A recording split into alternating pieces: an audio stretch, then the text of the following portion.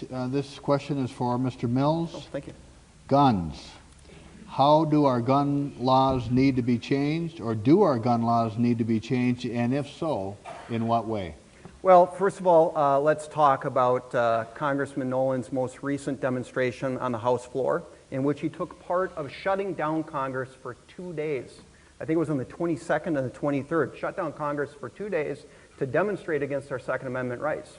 And they called it no fly, no buy. But we had terrorist attacks in Chattanooga, we had terrorist attacks in San Bernardino and Orlando. None of those people were on the no-fly list. It wouldn't have prevented a single act of terrorist violence in the United States. Matter of fact, even France has some of the strictest gun control in the world, and their terrorists over there seem to have no problems getting guns, whether it's the Charlie Hebdo attack or the Paris attack at the Bataclan. So we know that if we're going to really try to prevent terrorism, terrorist watch list, no-fly, no-buy legislation doesn't prevent it. All it would do is restrict our Second Amendment rights. Rather than having a terrorist watch list and using that to restrict people's Second Amendment rights just arbitrarily, we don't know who puts that on there, rather than having that terrorist watch list, why don't we have a terrorist investigate list? Or better yet, a terrorist arrest list, rather than abridging our Second Amendment rights. And the other thing of no fly, no buy is that not only did it violate the Second Amendment, it violated the Fifth Amendment and the 14th Amendment. It was entirely unconstitutional. Thank you. Representative Nolan. Well, first of all, I'm at a loss to understand why anyone would want to allow someone who is on the terrorist watch list should be allowed to walk into any gun shop, legally or illegally, and buy all the guns and weapons that they want after they've already been put on a list that says they are part of a group that wants to kill Americans. It's just beyond my comprehension how someone...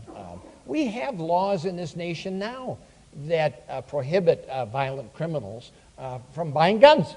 Why shouldn't we have people dedicated to killing Americans not have to comply with the same requirements? That's what that was all about. If you're not allowed to fly, you ought not to be able to go in and buy guns when you've been put on a list that says you belong to a group that wants to kill Americans.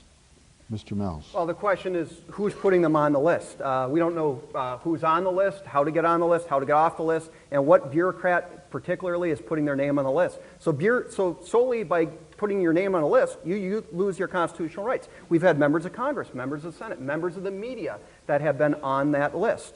And so rather than taking away our Second Amendment rights, if we know who has taken a vow to kill Americans, rather than taking away our rights, our God-given liberties, we should go and investigate and arrest those people, not disenfranchise these people out here. Well, first of all, I've always supported the Second Amendment. I always will. I think I was 19 or 20 before I had my first chicken and roast beef. We grew up on venison and duck and fish and wildlife. That's something that's important to all of us. And I don't know of anyone, quite frankly, who suggests that we do away with our Second Amendment rights. Having said that, we have always had any one of a number of gun safety measures, one of which is not allowing violent criminals to go in and to buy guns. In my judgment, we should put people who belong to groups that have proposed violence against America and are not allowed to fly. And by the way, if someone does make a mistake getting on that list, and believe me, our intelligence people, they study these things very hard, very carefully. They are committed to providing a safe protection for the American people. They do their very best. Do they make an occasional mistake? Of course they do. But there's a way to get off that list, and people that have been put on it accidentally because of names that are similar to someone else, they get off the list. Yeah, Congressman Nolan went way over time. I just want 2 quick points. First of all, Congressman Nolan is the only person I've ever met that says he's for your Second Amendment, but yet gets an F rating, a failing grade from the National Rifle Association. And they're not a bunch of people in $2,000 suits, because I go to their banquets and they're wearing Carhartts. That's the first point. The second point is that you said there's a way to get off that list. I hope somebody somewhere is able to educate the American public that if they ever find their name on that list, maybe you can put that on your website. How do you get off the terrorist watch list if you're, or the no-fly, no-buy, or I should say the no-fly list, if they're ever on there. I can't figure out a way how anybody that would be erroneously put on, other than a public uproar or the media causing a sensation over it. Well, Is there a mechanism? My staff and I'd be glad to show you how to get off the list. Thank you. We must move on.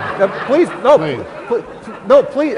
I will take that. Please put that No, on I'm your serious. Put that on your website. I'm not going to sit down here and do it right now. We got a But debate going on. do you know? But if you want to meet me out in the back afterwards here, I'll show you how you can get off the But list. you know the Gentlemen, we process must to get off the move list? on. Because I don't. Yeah, no, I've never heard of it. Yeah, there is a process. Please, Chuck, we'll Apparently, it's move on. little known.